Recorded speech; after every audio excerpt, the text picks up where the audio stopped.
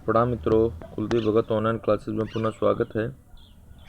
अपन बात कर रहे हैं रीट लेवल सेकंड विषय एसएसटी। आपका टॉपिक है उच्चतम न्यायालय। देखिए प्रश्न इसके अंदर पहला प्रश्न है, भारत के सर्वोच्च न्यायालय का पूर्ण रूप से मौलिक क्षेत्राधिकार किससे संबंधित है? तो आपका इसमें ऑप्शन 4 है, केंद्र राज्य विवाद। अब देखेंगे क्वेश्चन 2, भारत के सर्वोच्च न्यायालय को किसके अनुसार कार्य करना होता है? तो इसके अंदर हो जाएगा आपका संविधान के अनुसार कार्य करना होता है। अब देखिए 3 नंबर का प्रश्न है, ये है, भारत में राज्यों के बीच होने वाले आपसी विवाद के समाधान उच्चतम न्यायालय में किस क्षेत्राधिकार के अंतर्गत प्रस्तुत किए जाते हैं? तो ये आपका है, ये चौथा हो जाएगा, प्रारंभिक क्षेत्राधिकार। अब देखिए 4 नंबर का, भारत सरकार का प्रथम विधि अधिकारी कौन होता है? तो भारत सरकार का प्रथम विधि अधिकारी है विधि सचिव होता है। नेक्स्ट है, भारतीय सर्वोच्च न्यायालय में तदर्थ न्यायाधीश तब नियुक्त किए जाते हैं जब ऑप्शन 1 है इसके अंदर, न्यायालय का कोई भी सत्र गठित करने या चालू रखने के लिए न्यायाधीशों का कोरम उपलब्ध नहीं है। अब देखिए 6 नंबर का प्रश्न है, भारत में न्यायिक सक्रियता का संबंध है? तो न्यायिक सक्रियता का जो संबंध है यह है इसके अंदर जनहित मुद्दों से। 7 नंबर का जो प्रश्न है, यह भारत का उच्चतम न्यायालय एक अभिलेख न्यायालय है, इसका आशय है? तो इसका आशय है 2 नंबर में देखेंगे, इसके सभी निर्णयों का रक्षात्मक रूप मूल्य होता है और इसके समक्ष किसी भी न्यायालय में प्रश्न चिन्ह नहीं लगाया जा सकता। 8 नंबर का प्रश्न है, भारतीय संविधान के अंतर्गत न्यायिक पुनरीक्षण की शक्ति सीमित है? तो 8 नंबर में आपका हो जाएगा 2 नंबर का ऑप्शन सही है, विधि द्वारा स्थापित प्रक्रिया। 9 नंबर का प्रश्न है, वर्तमान में सर्वोच्च न्यायालय में मुख्य न्यायाधीश के अलावा कितने न्यायाधीश हैं? तो 9 नंबर में आपका हो जाएगा 30। मुख्य न्यायाधीश के अलावा कितने हैं? 30, यानी 31 हो जाते हैं। 10 नंबर में देखिए, तत्व और सार के सिद्धांत जो भारत में न्यायिक पुनरावलोकन के प्रचालन को निर्देशित करता है का निहितार्थ क्या है? तो ये आपका है 2 नंबर का ऑप्शन है, यह है परीक्षा करना कि विधि निर्माता प्राधिकरण ने अपनी अधिकारिता की सीमा में कार्य किया है या नहीं। 11 नंबर का प्रश्न है, मुख्य न्यायाधीश, महान्यायवादी, नियंत्रक एवं महालेखा परीक्षक, अध्यक्ष लोक सेवा आयोग का कार्यकाल कितने वर्ष की आयु तक का हो सकता है? तो 11 नंबर में है 65 वर्ष तक की आयु का हो सकता है। 12 नंबर का प्रश्न है, भारत में मुख्य निर्वाचन आयुक्त को पद मुक्त किया जा सकता है? तो 12 नंबर में है 4 का, ये है उच्चतम न्यायालय के न्यायाधीशों को पद मुक्त करने की प्रक्रिया द्वारा।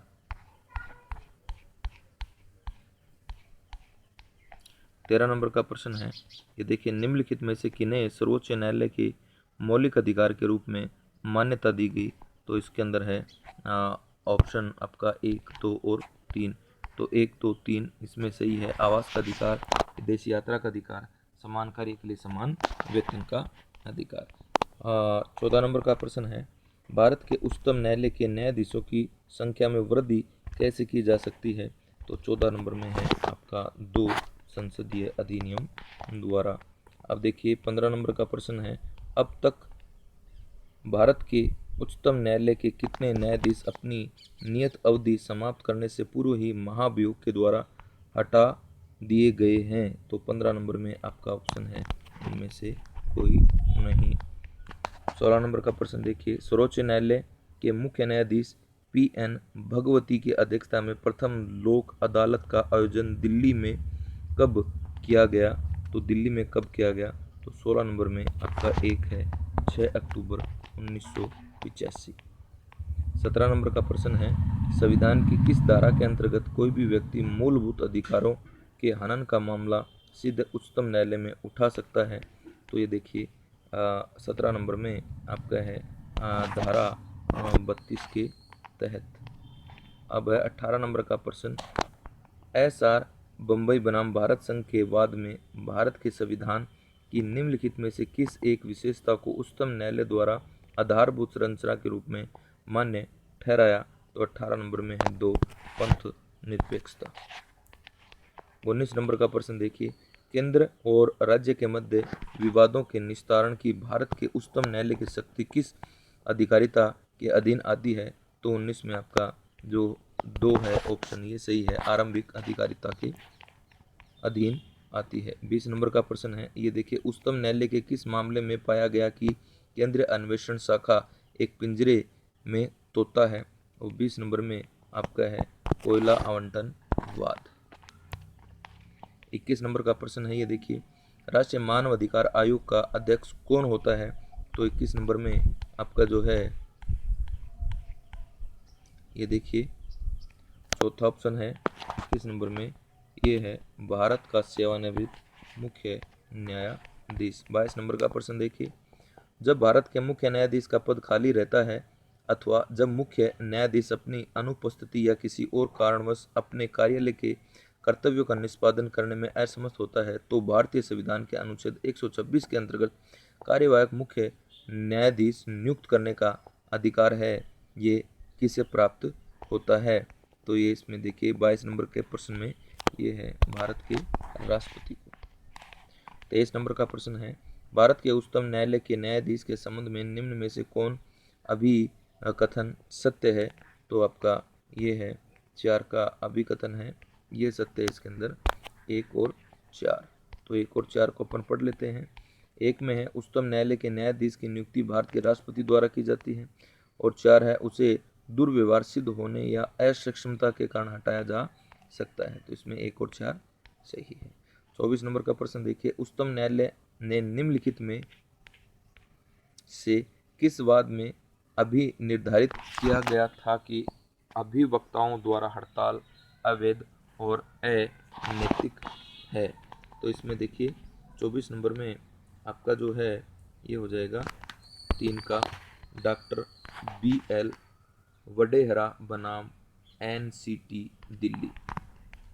25 नंबर का प्रश्न देखिए, उच्चतम न्यायालय के निम्नलिखित में से किस वाद में भारत सरकार को कन्या भ्रूण हत्या के विरुद्ध विधि को लागू करने के निर्देश दिए गए थे? तो आपका 25 में है 2 का चेहट बनाम भारत संघ। 26 नंबर का प्रश्न है, भारत के सर्वोच्च न्यायालय ने निम्नलिखित में से किस वाद में लैंगिक उत्पीड़न को मानवाधिकार अतिक्रमण के रूप में अभी निर्धारित किया? तो 26 नंबर में एक आपका विशाखा बनाम राजस्थान राज्य। 27 नंबर में है सर्वोच्च न्यायालय में तदर्थ न्यायाधीश के रूप में भारत का मुख्य न्यायाधीश निम्न में से किसे नियुक्त किया जा सकता है? तो 27 नंबर में है 2 का ऑप्शन यह है उच्च न्यायालय के कार्यरत न्यायाधीशों में से। 27 नंबर का प्रश्न है, ये देखिए आप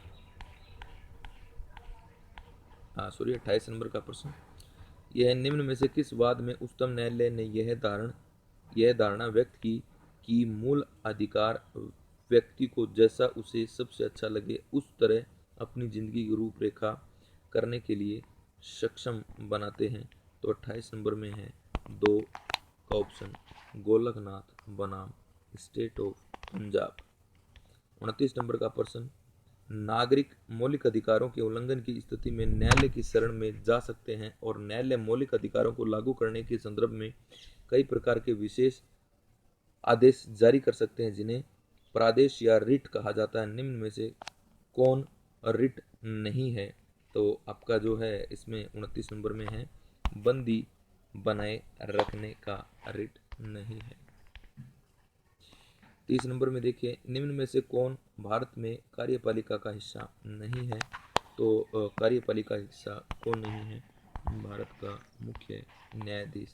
31 नंबर का प्रश्न है, उच्चतम न्यायालय में संविधान के निर्वाचन से संबंधित मामले की सुनवाई करने के लिए न्यायाधीशों की संख्या कम से कम कितनी होनी चाहिए? तो आपका 31 नंबर में है चौथा ऑप्शन, ये है 5। 32 नंबर में देखिए, निम्नलिखित में से कौन सी एक याचिका अधीनस्थ न्यायालयों की कार्य पद्धति का परीक्षण करती है? तो 32 नंबर में है 3 उत्प्रेक्षण। 33 नंबर में देखिए आप, न्यायपालिका की स्वतंत्रता के संदर्भ में निम्न में से कौन सा कथन सही नहीं है? तो 33 नंबर में आपका हो जाएगा 3, न्यायपालिका किसी के प्रति जवाबदेह नहीं है। 34 नंबर का प्रश्न है, भारत में न्यायपालिका एकीकृत है, इसका क्या तात्पर्य है? तो 34 नंबर में आप देखें, 34 नंबर में आपका ऑप्शन है, ये है 1, 2 और 3 ऑप्शन सही है। तो अपन पढ़ लेते हैं पहले 34 नंबर का। 1 नंबर पे है, सर्वोच्च न्यायालय में न्यायिक प्रशासन को नियंत्रित करता है। दूसरा ऑप्शन है, भारत की सभी न्यायिक अदालतें सर्वोच्च न्यायालय का फैसला मानने के लिए बाध्य है। और तीसरा है, सर्वोच्च न्यायालय किसी भी निचली अदालत में चल रही किसी भी मुकदमे की सुनवाई कर सकता है। तो ये सारे के सारे सही है। 35 नंबर में देखिए, संविधान की व्याख्या से संबंधित सभी विवाद सर्वोच्च न्यायालय के पास लाए जा सकते हैं इनमें। तो 35 नंबर का है, तो देखिए 2 का है सही, अपीलीय क्षेत्राधिकार के अंतर्गत। निम्नलिखित में से किस वाद में उच्चतम न्यायालय ने धारणा प्रस्तुत की कि उद्देश्य का संविधान का भाग है? तो आपका 36 नंबर में है ये 3, बम्बई बनाम यूनियन ऑफ इंडिया।